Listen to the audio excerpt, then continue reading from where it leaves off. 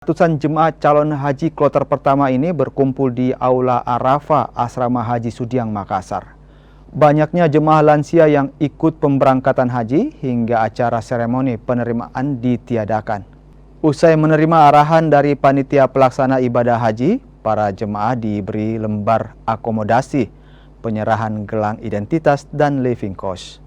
Selain itu, layanan kesehatan yang dulunya terpisah dengan gedung penerimaan kini disatukan untuk mempermudah para jemaah.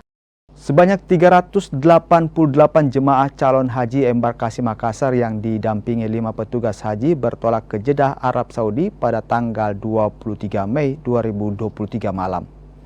Kita sudah saksikan bersama kloter 1 dari Makassar sudah memasuki aula, dan tahun ini beda dengan tahun sebelumnya.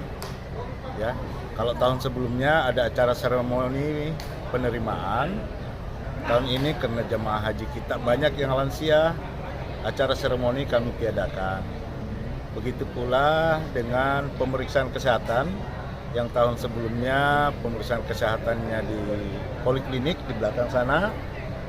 Setahun ini kita tarik teman-teman kesehatan melayani di aula. Jadi semua layanan untuk di asrama haji ini selesai di aula. Setelah itu kami antar jamaah masuk ke wisma.